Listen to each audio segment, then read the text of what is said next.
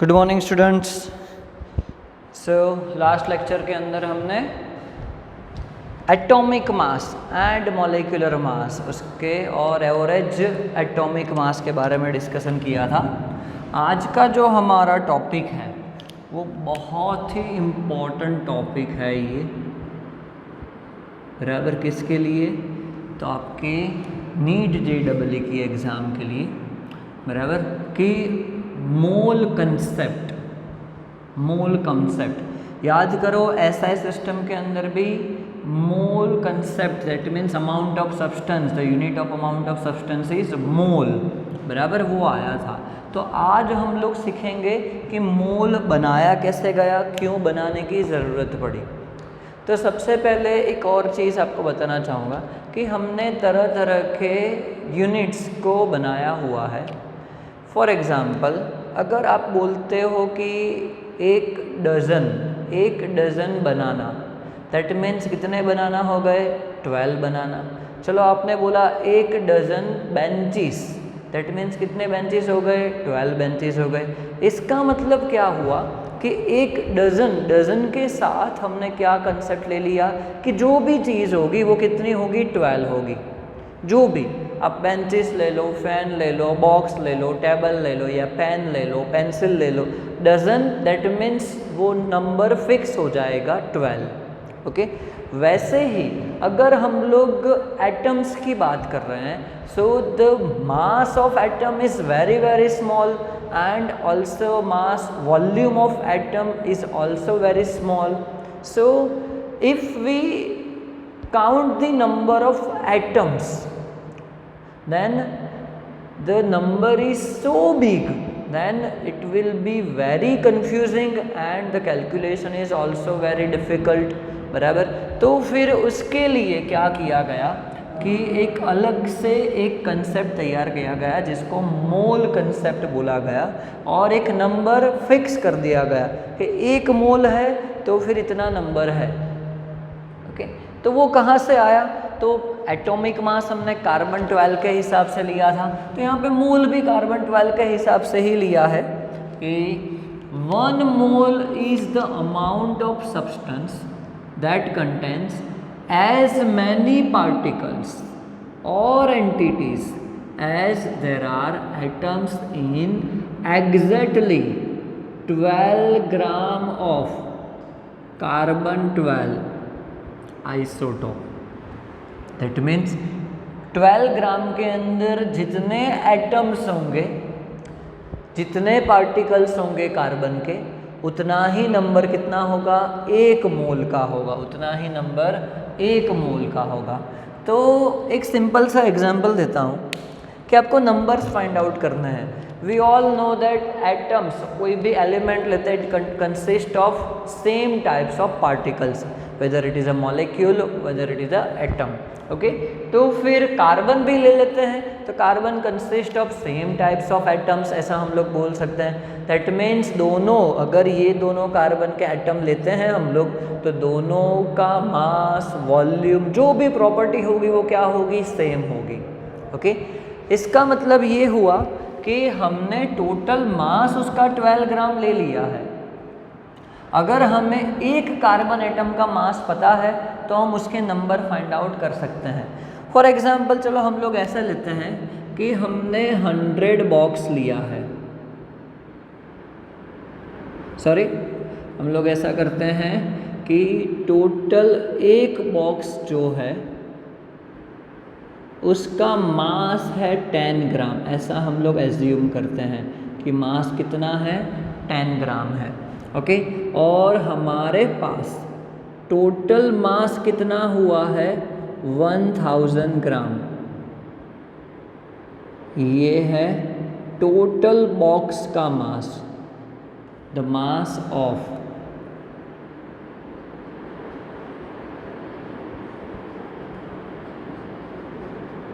Total boxes. Okay, but हमें नहीं पता है कि कितने नंबर ऑफ बॉक्स है, तो हम लोग क्या करेंगे? हमें एक का पता है, तो हम लोग क्या करेंगे कि एक का 10 है। ओके, तो फिर 1000 को अगर हम 10 से डिवाइड करते हैं टोटल मास डिवाइडेड बाय एक बॉक्स का मास, तो हमें पता चल जाएगा कि नंबर ऑफ बॉक्सेस कितने होंगे, 100 होंगे। ओके, नंबर ऑफ बॉक्सेस कितने होंगे, 100 होंगे। ऐसा ही कुछ यहाँ पे है, हमारे पास टोटल मास है कितना, 12 ग्राम। तो हम लोग बोल सकते हैं कि 1 मोल इज इक्वल टू, हम लोग बोल सकते हैं क्या किया है, 12 ग्राम, जो कार्बन 12 का टोटल हमने मास लिया है। और अगर हमें पता है कि एक कार्बन एटम का मास कितना होता है, तो वो है 1.9926 इंटू 10⁻⁻23 ग्राम। ओके, ये जो मैंने नीचे लिखा है वो क्या है, मास ऑफ, ये क्या है, mass of 1 carbon atom, mass of 1 carbon atom.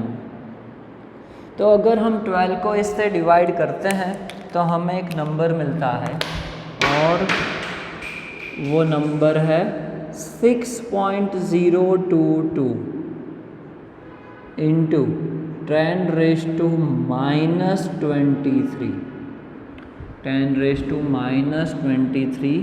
ये हमें एक नंबर मिला कि 1 मोल इज इक्वल टू, क्योंकि क्या हो जाएगा, ग्राम ग्राम तो कैंसिल आउट हो गया, तो जो एवोगैड्रो मतलब ये 1 मोल है वो यूनिट लेस हो जाएगा, वो एक नंबर है, बराबर, वो क्या है, एक नंबर है जिसका कोई यूनिट नहीं है। ओके, तो 1 mole is equal to 6.022 into 10⁻³ sorry +3 हो जाएगा, सॉरी -23 है, वो ऊपर जाएगा तो +3 हो जाएगा। ओके, दैट मीन्स ये एक नंबर आ गया। जैसे डजन का था, एक डजन आप कोई भी चीज़ बोलते हो तो वो कितनी होती थी, 12 होती थी। वैसे ही एक मोल अगर आपने बोला कोई भी चीज़, तो वो कितना हो जाएगा, 6.022 इंटू 10⁻23 जितना वो हो जाएगा।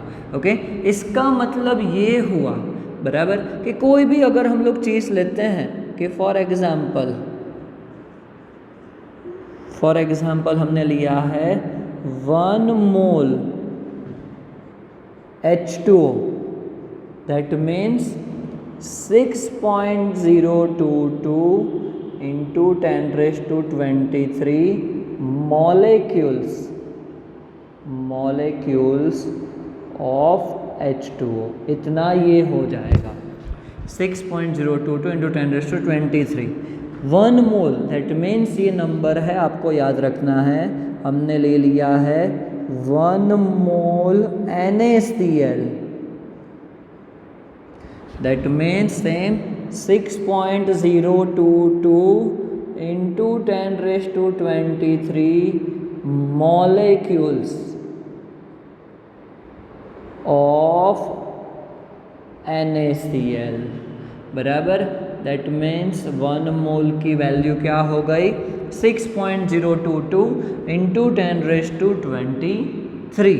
ओके, ये वैल्यू आपको यहाँ पे ऐसे लग रही होगी छोटी है, पर अगर हम लोग बनाना चाहें ना तो वैल्यू कितनी हो जाएगी, उसको स्पेसिफिक नंबर से डिफाइन किया गया है। ये जो नंबर है, बराबर, जिसको एवोगैड्रो नंबर, जिसको Na से डिफाइन किया जाता है, एवोगैड्रो नंबर 6.022 इंटू 10⁻23। अगर नंबर आप चाहोगे ना तो कितना बड़ा हो जाएगा, देखो हम लोग करते हैं 6.022, 3 0 है तो हम लोग अभी भी यहाँ पे 20 0, 1 2 3 4 5 6 7 8 9 10 11 12 13 14 15 16 17 18 19 एंड 20, इतना नंबर हो जाएगा ये, बराबर, कि 1 एवोगैड्रो Na, उसको डिफाइन किया गया है एवोगैड्रोस कांस्टेंट, उसको एवोगैड्रोस कांस्टेंट बोला गया है Na, ये जो नंबर को, बराबर, तो इतना बड़ा वैल्यू हो गया। ओके, चलो, तो इसका मतलब ये हुआ कि मोल कंसेप्ट के अंदर आपको ये चीज़ समझ में आई कि एक मोल है तो फिर ये नंबर है। कोई भी चीज़, अगर आप एक मोल कोई भी चीज़, ऐसा एक मोल स्टार्स ले लो तो 6.022 × 10⁻23 स्टार्स हो जाएंगे। एक मोल डस्टर ले लो तो 16.022 × 10⁻23 डस्टर्स हो जाएंगे। ओके, चलो तो मैं आपको एक एग्जांपल देता हूँ, एक इंटरेस्टिंग। चलो एग्जाम्पल ऐसा है, मतलब होमवर्क में दे रहा हूँ आपको। If you have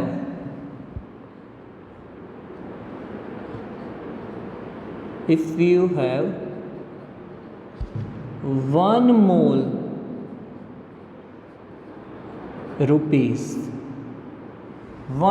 rupees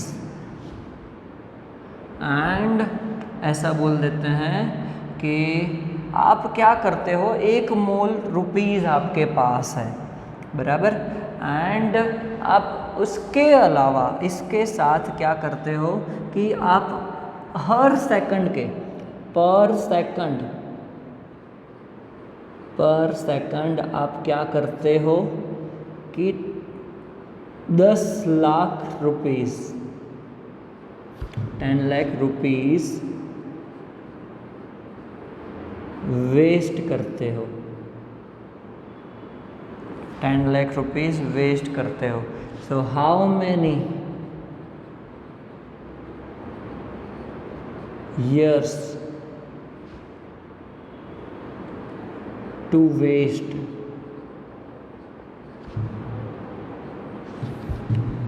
1 mole rupees,